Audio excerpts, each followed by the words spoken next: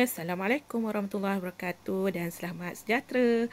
Kembali lagi kita hari ini untuk subjek ekonomi, di mana untuk hari ini kita akan membincangkan kesan alat dasar ekonomi atas objektif makroekonomi negara.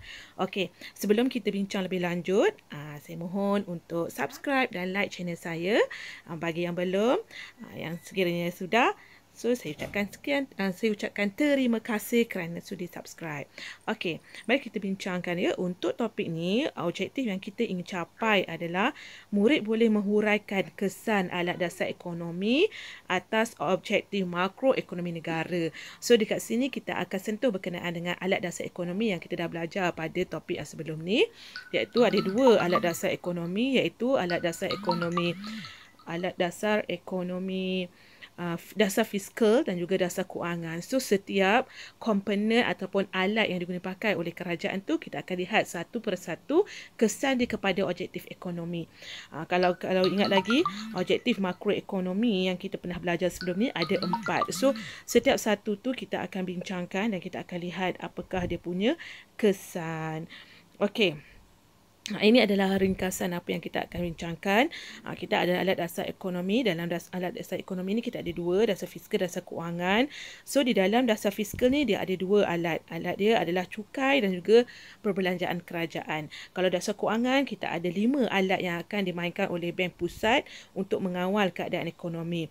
Okay, yang pertama kita ada nisbah rizab berkanun. Kemudian kita ada nisbah rizab tunai. Kita ada syarat sewa beli, kadar faedah dan juga serat jaminan kerajaan. So, daripada semua alat-alat yang digunakan pakai oleh kerajaan dalam melaksanakan dasar fiskal atau dasar kewangan dalam situasi ekonomi meleset ataupun ekonomi sedang dalam keadaan inflasi, so kerajaan akan gunakan kedua-dua ni lah. So, bila kerajaan melaksanakan, kita akan lihat apakah kesan dia kepada objektif makroekonomi.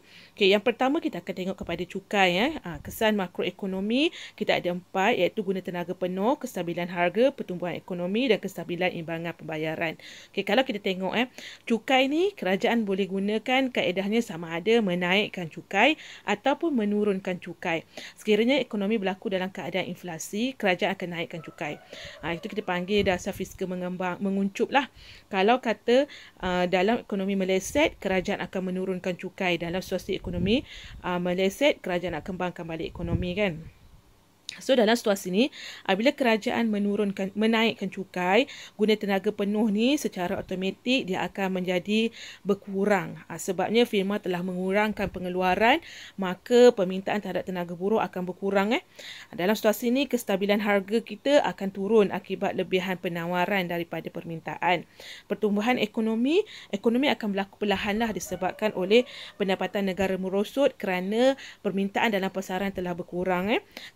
Kestabilan imbangan pembayaran pula, duit masuk akan berkurang disebabkan kos pengeluaran telah meningkat, kos pelaburan meningkat sebab tadi kita kata kerajaan telah meningkatkan cukai. Okey, itu situasinya apabila kerajaan menaikkan cukai terhadap objektif ekonomi kita. Sekiranya berlaku penurunan, dia akan berlaku sebaliknya lah. Contoh dekat sini, guna tenaga kita, bila kerajaan menurunkan cukai, guna tenaga akan meningkat kerana firma-firma ini telah menambahkan pengeluaran. Harga pula dia akan harga akan meningkat kerana berlaku lebihan dalam permintaan. Dalam aspek pertumbuhan ekonomi kita akan pesat kerana keluaran negara meningkat, pendapatan negara pun turut meningkat. Bagi kestabilan imbangan pembayaran, wang masuk akan meningkat kerana kos pelaburan tu telah menurun. Itu apa yang kita akan gambarkanlah kesan dia terhadap makroekonomi sekiranya kerajaan ni melaksanakan dasar fiskal dalam mempengaruhi cukai sama ada menaikkan ataupun menurunkan. Itu yang pertama. Kalau kata kerajaan masih mengamalkan lagi dasar fiskal, iaitu perbelanjaan kerajaan turun ataupun kembangkan melalui dasar fiskal mengembang ataupun menguncup. Sama juga situasi dia. Kalau meningkat ni, kerajaan meningkatkan perbelanjaan kerajaan bermakna dalam situasi ekonomi berlaku kemelesetan. Kalau kerajaan menurunkan perbelanjaan kerajaan, biasanya kerajaan mengalami keadaan inflasi. So situasi ini Bila kerajaan melaksanakan dasar ini, dia akan mempengaruhilah objektif makroekonomi kita yang 4 tadi. Okey, yang pertama, guna tenaga. Guna tenaga, sekiranya peningkatan dalam perbelanjaan kerajaan akan menyebabkan peningkatan guna tenaga buruh. Sebabnya, kerajaan telah menyediakan banyak peluang pekerjaan melalui projek-projek yang kerajaan labur lah. Okey, kestabilan harga umum akan meningkat sebabnya ramai orang bekerja, kuasa beli meningkat. Bila kuasa beli meningkat, permintaan dalam pasaran akan meningkat lah. Okey, pertumbuhan ekonomi, biasanya ekonomi bertambah pesat kerana pendapatan negara meningkat disebabkan oleh keluaran negara meningkat kan. Kestabilan imbangan pembayaran pula, wang masuk akan meningkat kerana kerajaan banyak membuat pelaburan dalam ekonomi. Okey, itu kesan dia bila kerajaan melaksanakan perbelanjaan kerajaan lah. Okey, bila kerajaan menurunkan perbelanjaan kerajaan dalam situasi inflasi, biasanya guna tenaga ni akan berkurangan disebabkan kerajaan dah mula mengurangkan pekerja-pekerja dia, peluang pekerjaan terhad lah akibat projek-projek kerajaan ni telah dikurangkan. Okay, kalau kestabilan harga umum ni, harga akan turun disebabkan kuasa beli pengguna ni semakin berkurangan, so permintaan pun akan berkurangan lah. Dalam pertumbuhan ekonomi kita akan jadi merosot disebabkan permintaan yang berkurang tadi. Kalau kestabilan imbangan pembayaran pula, duit masuk akan merosot disebabkan oleh kerajaan ini telah kurangkan dia punya pelaburan dalam projek-projek ekonomi lah. Okey, itu adalah perbelanjaan kerajaan. Okey, yang seterusnya kita akan lihat berkenaan dasar keuangan pula. Ada 5 dari dasar keuangan yang kerajaan laksanakan. Okey, yang pertama kita akan tengok dasar melalui nisbah rizab berkanun. Kalau nisbah rizab berkanun ni, dia juga akan melakukan peningkatan atau pengurangan. Nisbah rizab berkanun, efek dia sama dengan nisbah rizab tunai. Sama je kesannya. Kalau dalam situasi ekonomi inflasi, kerajaan akan meningkatkan nisbah rizab. Kalau keadaan kemedesetan, kerajaan akan turunkan nisbah rizab. So efek dia untuk nisbah rizab tunai dan juga rizab berkanun ni sama.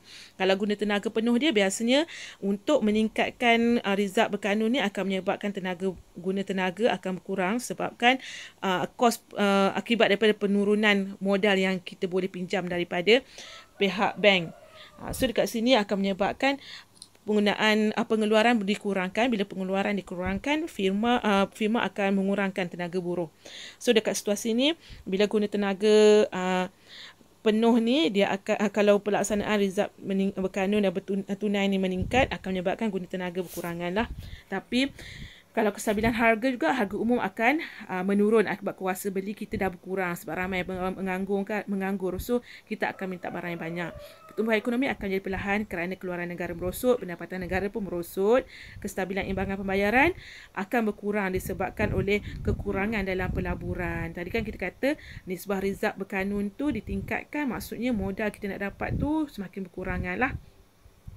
Kalau menurun pula nisbah rizab berkanun dengan tunai ni, kesan dia guna tenaga kita akan semakin meningkat sebab firma ni akan menambahkan penggunaan tenaga buruh untuk disebabkan oleh penambahan modal. Modal semakin banyak, so firma boleh beroperasi dengan lebih meluas lah, so tenaga buruh akan diperlukan. Okay, bila harga pula, semua orang bekerja dan situasi ni harga akan meningkat, kuasa beli kita akan meningkat disebabkan oleh penggunaan kita meningkat lah. Pertumbuhan ekonomi akan pesat sebabkan pendapatan keluaran negara akan meningkat, pendapatan negara pun meningkat. Kestabilan imbangan pembayaran ada juga turut meningkat kerana terdapat banyak pelaburan-pelaburan dalam ekonomi menyebabkan kestabilan ekonomi negara kita semakin berkembang lah. Okey, itu kesan dia kalau kata kerajaan melalui Bank Pusat melaksanakan nisbah rizab berkanun dan juga nisbah rizab tunai. Kesannya adalah sama. Okey, kalau yang seterusnya untuk dasar keuangan iaitu syarat sewa beli. Syarat sewa beli ni kerajaan akan melaksanakan kaedah mengetatkan kalau situasi dia adalah inflasi, melonggarkan kalau situasi dia berlaku keadaan kemedesetan ataupun pengangguran yang tinggi. Okay, kesan dia kepada makroekonomi kita tengok, guna tenaga penuh dia kalau mengetatkan syarat sewa beli, kuasa beli kita akan turun. Jadi dalam situasi ini firma akan mengecilkan bilangan pekerja dia disebabkan oleh permintaan kita semakin berkurang. So dalam situasi ini harga kita akan menurun juga disebabkan kuasa beli kita menurun. So dalam situasi pertumbuhan ekonomi kita akan menjadi perlahan disebabkan pendapatan negara merosot. Okey, kalau daripada sudut kestabilan imbangan pembayaran, duit masuk untuk pelaburan dah semakin berkurang lah bila kita mengetatkan ataupun kerajaan mengetatkan sewa beli. Okey, kalau yang melonggar pula dalam situasi ekonomi meleset, guna tenaga kita ni akan meningkat disebabkan firma-firma ni dia nak memperbanyakkan peluang pekerjaan kerana permintaan semakin bertambah. Kemudian kestabilan harga umum kita akan meningkat disebabkan oleh kuasa beli masyarakat ni semakin meningkat. Pengguna ni dia mempunyai kuasa beli yang tinggi, akan menyebabkan harga meningkatlah dalam pasaran. Okey, kalau pertumbuhan ekonomi pula dia akan menjadi pesat sebabnya keluaran dalam negara semakin meningkat, pendapatan negara pun turut meningkat. Kalau kestabilan imbangan pembayaran, kalau kita tengok di sini, bila situasi syarat sewa beli dilonggarkan, maka aliran masuk wang kita akan bertambah, pelaburan banyak dalam ekonomi. Okey, itu yang ini adalah dasar yang dilaksanakan dasar kewangan, iaitu syarat sewa beli kita dilonggar ataupun diketatkan, bergantung dalam situasi ekonomi lah. Okey, yang terakhir di sini dalam dasar fiskal, yang second last, kita ada surat jaminan kerajaan. Okey, surat jaminan kerajaan ni kerajaan akan jual atau beli mengikut keadaan ekonomi dia, dan kita akan lihat bagaimana kesan kepada makroekonomi. Okey, surat jaminan kerajaan ni kerajaan akan menjual apabila berlaku inflasi. Dia akan beli kembali daripada pengguna ataupun bank-bank apabila berlaku kemelesetan. Okey, dalam situasi ini bila kerajaan menjual, guna tenaga buruh ni biasanya akan menurun kerana orang ramai ni mengurangkan dalam situasi ini firma akan mengurang pekerjaan disebabkan pulangan modal semakin berkurangan. Modal semakin berkurang, maka penggunaan tenaga buruh ni semakin berkuranglah. So, stabilan harga juga akan menurun akibat kuasa beli kita dah semakin berkurang. Pertumbuhan ekonomi juga turun disebabkan keluaran negara dah semakin merosot, pendapatan negara pun juga turut merosot. Kestabilan imbangan pembayaran, aliran masuk dia semakin berkurang kerana kurangnya pelaburan. Okay, kalau syarat sewa beli perniagaan ni, kerajaan membeli surat-surat yang dikeluarkan tu, di mana guna tenaga kita akan semakin meningkat kerana firma akan menambah pekerjaan disebabkan pertambahan dalam modal pelaburan. Kemudian kestabilan harga kita akan meningkat akibat kuasa beli pengguna semakin meningkat. Pertumbuhan ekonomi turut meningkat kerana pengeluaran negara meningkat, pendapatan pun meningkat. Dan respek kestabilan imbangan pembayaran pula, wang masuk kita juga akan bertambah kerana banyak pelaburan-pelaburan yang wujud dalam ekonomi. Okey, yang terakhir di sini kita ada kadar faedah. Okey, kadar faedah ni kerajaan akan meningkat ataupun menurun. Sama kat situasinya, kalau meningkat ni biasanya dalam situasi keadaan dasar fiskal menguncup, kerajaan melaksanakan peningkatan dalam kadar cukai. Tapi kalau kerajaan melaksanakan kadar dasar fiskal mengembang, kerajaan akan menurunkan kadar faedah. Biasanya dalam situasi ekonomi meleset lah. Okay, kesan di terhadap makroekonomi kita punya objektif, guna tenaga penuh ni, dia akan menyebabkan guna tenaga penuh kita menurun kalau kadar faedah meningkat kerana firma mengurangkan pekerja akibat kos pengeluaran semakin meningkat. Okay, kestabilan harga dia akan menyebabkan harga ni turun akibat kuasa beli kita dah turun. Pertumbuhan ekonomi kita juga perlahan kerana keluaran kos pengeluaran meningkat, permintaan menurun. Jadi pendapatan negara pun turut merosot lah. Kalau aliran masuk wang juga turut berkurang kerana pelaburan telah berkurang. Tapi kalau kerajaan melaksanakan dasar kewangan mengembang, iaitu menurunkan kadar faedah, guna tenaga penuh dia akan menjadi apa? Guna tenaga akan meningkat kerana firma menambahkan pekerja akibat kos pengeluaran menurun, harga umum meningkat akibat kuasa beli pengguna meningkat, kemudian pertumbuhan ekonomi akan pesat kerana kos pengeluaran menurun, permintaan akan meningkat dan seterusnya akan menyebabkan pendapatan negara kita meningkatlah. Aliran wang masuk kita kita akan jadi banyak dan kerana terdapat banyak pelaburan dalam ekonomi. Okey, itu sahaja penerangan bagi kesan pelaksanaan dasar fiskal dan dasar kewangan oleh pihak kerajaan terhadap makroekonomi negara kita. Okey, kita akan lihat kedua-dua jenis alat yang digunakan pakai oleh kerajaan yang memberi kesan kepada makroekonomi kita dari aspek guna tenaga penuh, kestabilan harga, pertumbuhan ekonomi dan imbangan pembayaran. Kalau kita tengok dekat sini, situasi je agak berbeza-beza sedikit lah, tak dah berbeza sangat, mengikut keadaan ekonomi. Sama ada kerajaan nak melaksanakan dasar fiskal mengembang ataupun menguncup, ataupun dasar kewangan mengembang menguncup mengikut keadaan situasi lah. Tapi apa yang kita lihat, bila kerajaan nak melaksanakan dasar fiskal mengembang ni, kerajaan biasanya penggunaan tenaga buruh, dia akan meningkat lah. Kestabilan harga pun akan meningkat, pertumbuhan ekonomi akan meningkat, kestabilan ekonomi pun akan meningkat. So dalam situasi ini kita dapat lihatlah betapa kesan terhadap makroekonomi bila kerajaan memainkan peranan dalam melaksanakan dasar fiskal atau dasar kewangan. Okey, itu sahaja perbincangan saya untuk hari ini. So untuk pelajar saya ada latihan. Latihan ini telah diambil dalam buku teks. Kita ada latihan sumatif dan juga kajian kes. So saya nak pelajar saya buat dan hantar. Untuk yang lain tu, semoga ilmu yang saya share ni bermanfaat. Okey, terima kasih kerana menonton. Sekiranya ada sebarang penambahbaikan, apa-apa cadangan, boleh kontak direct saya. Sekiranya saya punya penerangan salah fakta dan sebagainya, saya mohon maaf. Untuk penambahbaikan, boleh kontak saya. Okey, kita jumpa lagi untuk next class. Bye. Assalamualaikum dan selamat sejahtera.